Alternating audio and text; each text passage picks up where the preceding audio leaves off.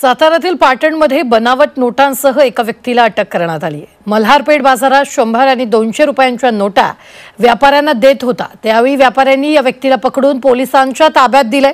त्याच्याकडून सुमारे 50,000 रुपयांच्या बनावट नोटा जप्त करण्यात आल्या। पोलीस अधिक तपास करत आहेत।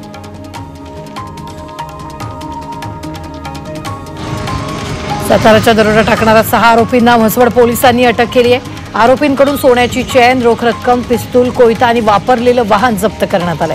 गुन्हा दाखल होताच पोलिसांनी सीसीटीव्हीच्या आधारे सर्व आरोपींना अटक केली आहे। जैन समाजाच्या इतिहासात साताऱ्यातील फलटण शहरात जैन समाजाच्या वतीने निषेध मोर्चा काढण्यात आलाय। मुंबईच्या विलेपार्ले येथील जैन मंदिराचे बांधकाम पाडल्याच्या निषेधार्थ हा मोर्चा काढण्यात आला। या प्रकरणी चौकशी करून संबंधितांवर कारवाई करावी अशी मागणी आंदोलकांनी केली आहे।